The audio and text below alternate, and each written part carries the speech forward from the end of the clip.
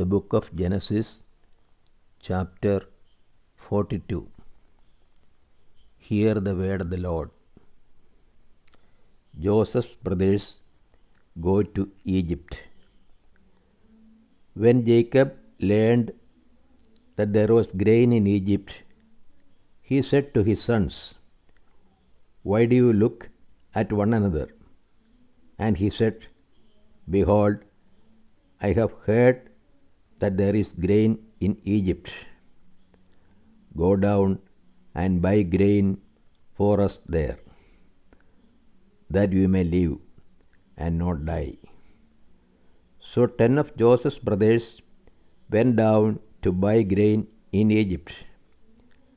But Jacob did not send Benjamin, Joseph's brother, with his brothers, for he feared that harm might befall him.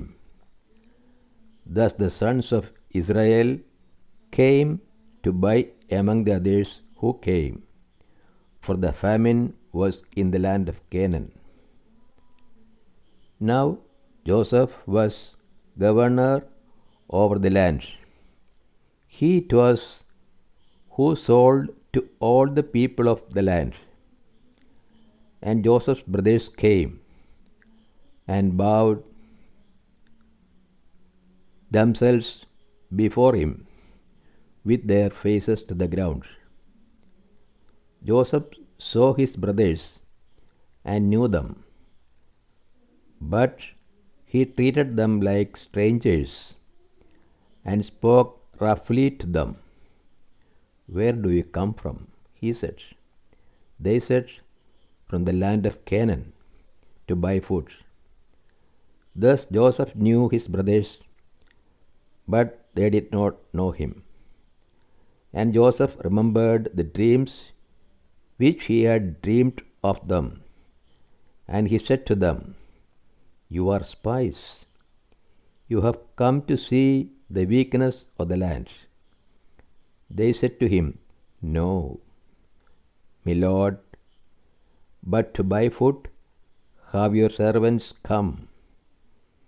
We are all sons of one man.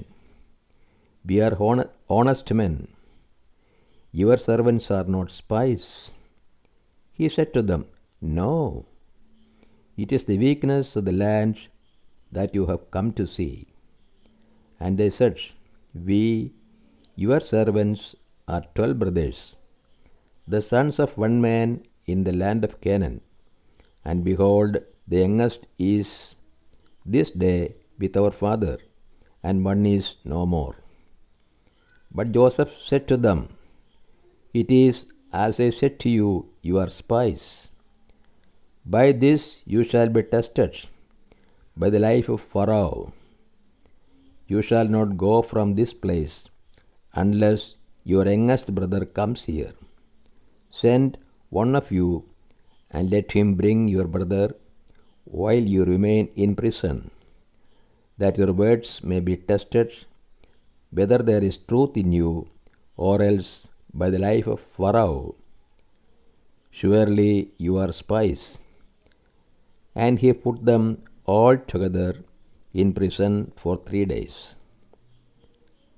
On the 3rd day, Joseph said to them, "Do this, and you will live. For I fear God. If you are honest men, let one of your brothers remain confined in your prison, and let the rest go and carry grain for the famine of your households, and bring you your youngest brother to me. So your words will be verified, and you shall not die." And they did so. Then they said to one another, "In truth, we are guilty concerning our brother, in that we saw the distress of his soul, when he besought us, and we would not listen. Therefore is this distress come upon us."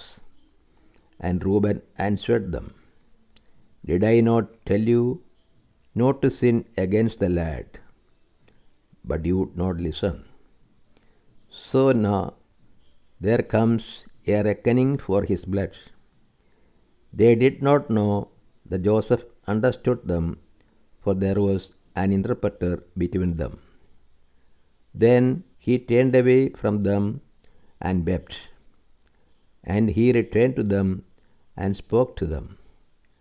And he took Simeon from them and bound him before their eyes. And Joseph gave orders to fill their bags with grain, and to replace every man's money in his sack, and to give them provisions for the journey. This was done for them. Joseph's brothers returned to Canaan. Then they loaded their asses with their grain and departed.